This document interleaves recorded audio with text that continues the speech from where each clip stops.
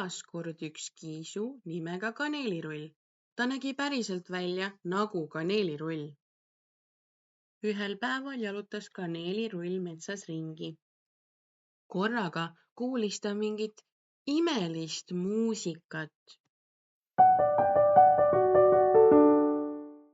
Ta hakkas sinna muusika poole jalutama ja kui ta sinna jõudis, siis oli ta äkki kadunud. Kaneelirulli sõbrad kiisud tulid teda metsa otsima, aga ei leidnud teda kusagilt. Järsku kuulsid nemad ka muusikat ja nad hakkasid sinnapoole tasa ja targu liikuma. Kiisud nägid ühte helendavat ust, nad läksid lähemale ja ütlesid vaikselt njau. Järgmisel hetkel leidsid kiisud end hoopis kosmosest. Kassid tegid silmad lahti ja möissid, et enam nad kodumetsas ei ole. Kiisud ütlesid koos. Nüüd oleme kosmosekassid. Kassid möissid, et Kaneelirull ilmselt kuulis sama muusikat ning tuli läbi selle ukse.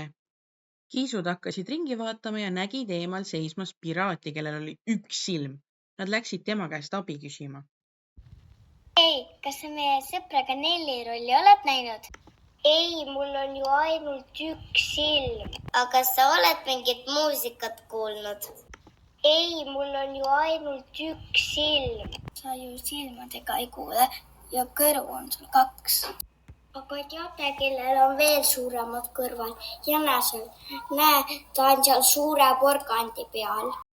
Kassid läksid suure porgandi juurde ja küsisid jäneselt, kas tema on Kaneelirulli näinud. Jänes ei osanud selle peale midagi kosta, tema sõi suure isuga oma porgandit. Samuti imestas Jänes, mis ajast Kaneelirullid ja kassid sõbrad on. Kosmosekiisud seletasid Jänesele kogu loo ära ja siis tuli Jänesel meelde, et ta oli lumehelbekest näinud ühe triibulise säbrulise olendiga. Lumehelbekesel olevat väga maias nägu peas olnud. Jänes juhatas kiisud lumehelbekese maja juurde ja soovitas neil kiirustada. Kosmosekassid jooksid kohe sinna. Nad nägid, et Kaneelirull oli juba suures lumest tehtud potis ja näugus seal vaikselt oma viisijupikest. Samal hetkel kuulsid kosmosekassid ka väga kaunist heli. Jäta meie sõber rahule. Mis ta muretseb oma jäävannis?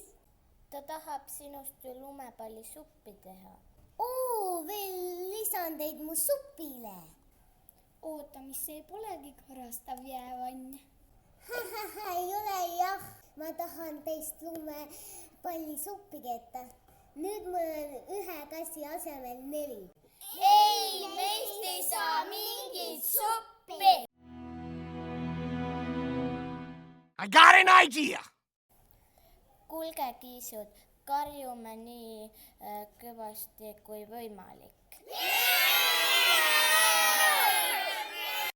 Kassid hakkasid hullumoodi kräunuma ja see töötaski. Lumehelbeke ei kannatanud seda kisa üldse ja liugles kiirelt oma kodust minema.